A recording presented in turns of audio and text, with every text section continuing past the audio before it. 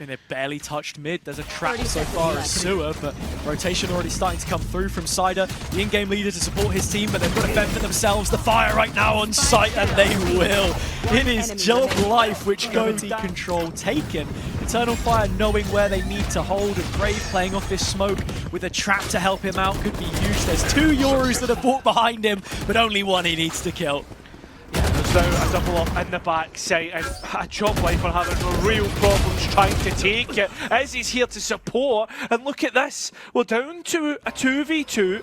UNFAKE, if you sneeze, he could probably go. That's how low he is. Really dependent upon Jesse here to be the Overwatch to allow the spike to go down. The worst part is UNFAKE's the player with the spike, so that spam onto default plant effectively kills him instantly. They're looking for an overextension, for Jesse to get that final cooldown back to use the smoke. It's the reveal on the other side. Still a shock for UNFAKE if they want to try and damage QutionerX. 30 seconds Just needing left. that breathing room, which they've now got for him to go for the safer option. That salvo, there's only one burst would have been enough from it. Doesn't go off in time. A stalemate. One enemy Still remaining. though, Jesse's able to Spike catch planted. one. This puts it into the realms of possibility. On either side of the map, it's yet another orb which has finally brought the dimensional drift online. Still got another entry kill. Where's that come from? Spamming main from Flowers. He's crazy, man. And just look at this. You try and get towards backside. It feels as if Joblife have absolutely no chance at all. Every time they try and get engagement, it just goes the opposite. It's already starting to have a little look. He's blinded himself. Well, look at this ultimate. I think QutionerX just got out.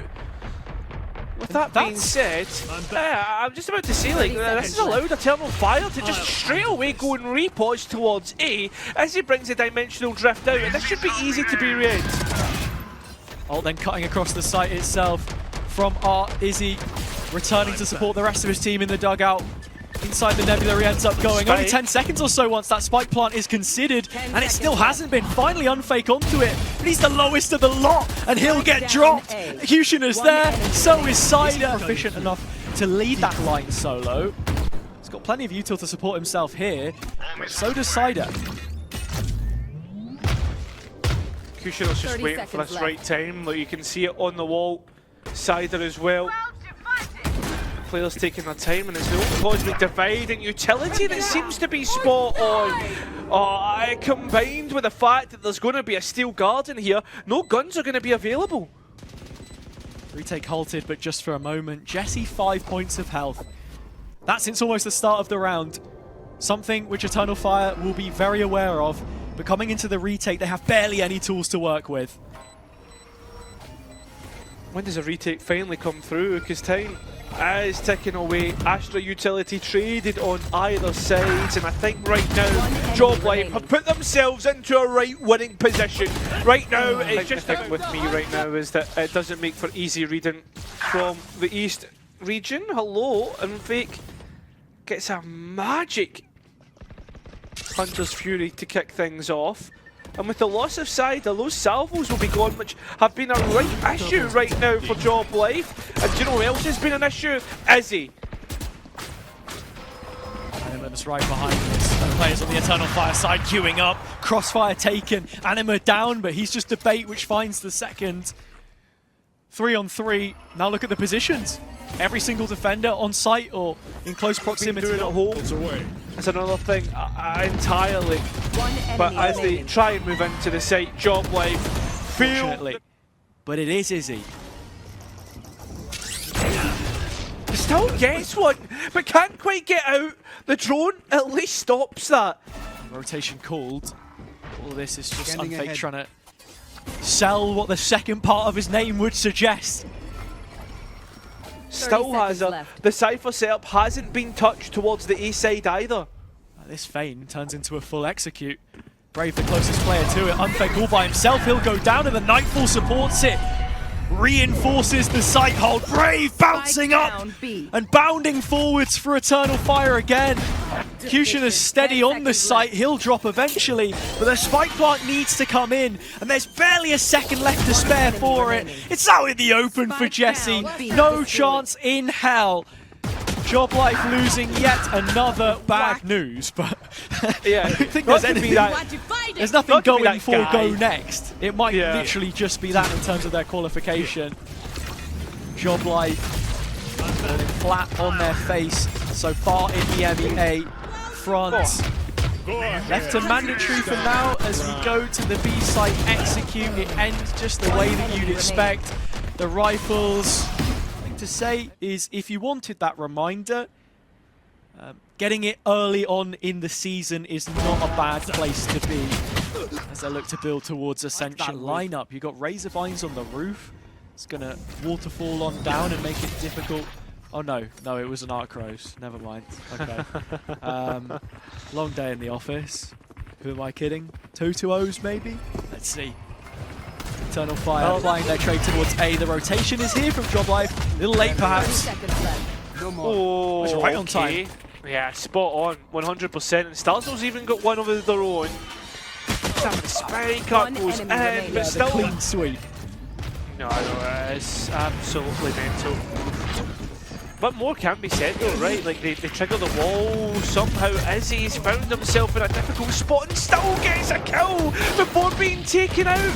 And that just shows you the difference between the two teams. Somehow, at every end, when the odds are stacked against Eternal Fire, they find a way to win. And a 3 versus 1, with Jesse to come back in with a pistol. Only ever going to end one way. Eternal Fire showing their class. Jesse wants to put a stop to it. Cyder is low. Says that. I don't think the VOD's going to make much of a difference. But no, I do agree. It's going to be sort of a record low tally from them in general here. As it's another force fight in. Flash to take the fight. Here's starxo. And here's Joblife. Finally they come to life. It's against Izzy. Clutch situation that he's got to try and win, but Jesse's not exactly close.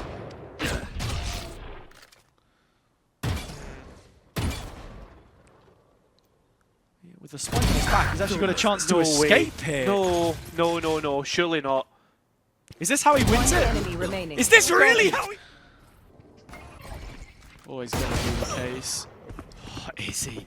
A sheriff is all he needs. Put a gun in his hands and you'll get the results. Your ult comes in before the Hunter's Fury can land, so those tags are being fired into the wrong realm, for goodness sake.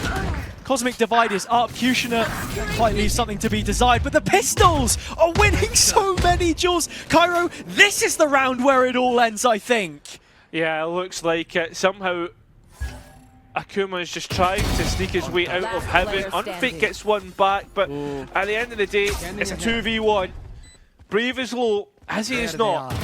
To stop Eternal Fire from making it to playoffs. Je sais pas, on s'est dit, on s'est mis une playlist en fond. Et là, on repart justement pile au bon moment. Akuma qui trouve une élimination sur Cyder, mais qui se fait revenge directement au niveau de la vente. Et j'ai l'impression que c'est un split B. On voulait écarter la défense, mais c'est bel et bien cette hauteur B qui va jouer, parce qu'on le sait. On voit ces deux extrémités au niveau du B-main. Ouais, et puis là, on le voit, hein, les Eternal Fire, ils sont méticuleux, ils vont vite, mais ils sont méticuleux. Une petite knife, petite smoke, bam, on sort ensemble. Ça va vite, mais c'est quand même méticuleux. Ouais. Et là, on va pouvoir amorcer le spike dans une situation de 4v4. Un peu bizarre hein, d'avoir tout délaissé là du côté de GL. C'est pas leur habitude, en tout cas. On opte pour jouer ensemble sur la retake. Comment elle va s'organiser. Le stun au niveau du spawn qui est très très bon en réponse de la reprise d'auteur. Qui arrive à en récupérer deux, starxo qui enchaîne bien, et ouais, c'est son problème aussi, Aero, mais bon, c'est pas grave. En tout cas, on a une aggro Meina et c'est Akuma qui a l'air d'être la race de l'équipe. Ouais. En tout cas, sur Lotus, on l'a vu jouer race. Ok. Donc peut-être qu'on s'échange. Après, il y a beaucoup de ça, hein, j'ai l'impression. Attention à UNFAKE. UNFAKE qui arrive à prendre une élimination sur le stun. Pour l'instant, on joue bien pour JL. On réceptionne et on gagne du temps. Il reste 15 secondes. starxo qui doit réceptionner le reste des joueurs de chez Eternal Fire qui rentrent dans tous les crossfire possibles. Et attention là, c'est compliqué pour Eternal Fire. Anima qui est sur Eternal Fire qui justement trouve une élimination au niveau de la ramp. Prend la vente. Et là, on est obligé soit de commit. Faut y aller. Ah ouais, non, c'est trop. Oh, il va être énorme. Oh non, on en a réussi à en prendre un. Putain, j'ai cru que ça allait être un massacre. Ouais, on en prend un sur 2, mais on a Anima qui est sous 5 HP malgré ses 25 de gilet. Et là, l'exec au niveau de cela qui est envoyé. starxo qui est tout seul, mais le contre-stuff qui est très bon. On lui donne une chance de gagner du temps. Il perd son duel, c'est compliqué. QutionerX qui va chercher au niveau du spawn. Izzy qui trouve un kill de rotation et c'est Jessie en situation éteindre. Mais attention là, on sort sur ce B avec seulement une roquette et on comprend que c'est totalement joué en retake. Du coup, on garde tout hein. Akuma, il va avoir un kill important, il se loupe en plus Brave en fait deux. C'est la catastrophe et Izzy qui arrive à faire un 3ème kill. Oh, des fois les rounds ils tiennent à pas. Celui-là de Raze et du coup on a sortir Akuma. Il y a un 3ème joueur là au niveau de la hauteur. Et là cette fois-ci on a investi. Voilà, on a investi Akuma qui va devoir remporter son duel mais c'est trop difficile. Au moins un ulti investi et ça change complètement la donne du side. Maintenant ce round c'est un petit peu plus compliqué. Ouais, on n'enterre pas JL pour autant. Ouais, non. Là, on dézone, on contre-stuff bien, on va prendre son temps, remettre la smoke peut-être au niveau de cette hauteur B, pouvoir amorcer le spike aussi. Ouais, il y a Izzy qui fait une espèce de coupe. Là, t'as peur. Ça va être compliqué. Plus les secondes passent, plus ça va être dangereux pour les JL. QutionerX arrive à en faire un. Il en fera pas deux. Mais ouais, là, il y a Izzy qui en fait un. Et difficile de faire le deuxième avec la perspective là, mais... UNFAKE, non, UNFAKE veut pas conserver la direction de l'opérateur. Et la réponse de Eternal Fire, c'est d'esquiver justement cet opérateur. Akuma qui a un mauvais timing, hein, mais en tout cas, c'est la hauteur B qui va être jouée. starxo qui utilise un bon stun en réponse. On fait un trade space au niveau de ce B-main. Bref, qui arrive à prendre la première élimination. Il prend même le deuxième, mais starxo qui est obligé de délaisser tout l'espace. C'est du 5v3 pour Eternal Fire. Ouais, starxo qui arrive à en récupérer un, mais là le boulot énorme de Brave, il fait du bien au Eternal Fire. On a par contre 15 secondes pour amorcer le spike. On va prendre son temps et ouais, on a encore les missiles de starxo, va falloir taper et peut-être se repositionner ensuite. On va commit, hein, et se donner la mort là côté Cyder et ça part bien pour les JL. On est en 3v2, starxo qui fait déjà son triple kill. Est-ce qu'on va se douter de la position d'Izzy? C'est mal posé en plus pour lui. Ah, on est bien pour JL, on est bien et starxo gagne du temps, c'est pas posé pour Izzy et c'est le 5ème round. JL qui conserve l'avantage, mais est-ce qu'on va conserver les armes? Non. En tout cas, ouais. On avance dans le mid, on change un peu de rythme. Ouais, il fait qu'il se fait complètement avoir là-dessus. Ouais. Pas conscient que ça pouvait déjà être là. Qu'est-ce qu'on fait? On s'aventure au niveau de la hauteur B, on casse les setups, mais c'est pas deux joueurs hein, au niveau de ce B, c'est 3 hein, qui restent. On a laissé justement ce Yoru tout seul avec un trap de wackie et du coup on a un petit peu plus de mouvement du côté de JL et de cette hauteur B. Un setup qu'on a vu hein, sur Haven. On laisse Akuma avec les utilitaires de Cypher. C'est encore le cas sur Split. Et là c'est du mouvement, la reprise d'information qui est proposée au niveau de la rampe. On n'a rien vu, et on a même fait un pari au niveau de ce A. Ulti qui est investi, mais bon, il n'y a rien qui est trouvé, c'est un peu à l'aveugle. Et c'est aussi le B qui est totalement délaissé. La retake qui s'annonce un peu compliqué, hein, notamment parce qu'on a perdu Breach. Ouais, qui met une dinguerie là dans la smoke à starxo. C'est la deuxième fois hein, dans la game. Ouais, hein. Il est inspiré à travers les smokes, le Anima. On a compris qu'il n'y avait plus personne, il loupe son shot pour le bonheur des JL là-dessus.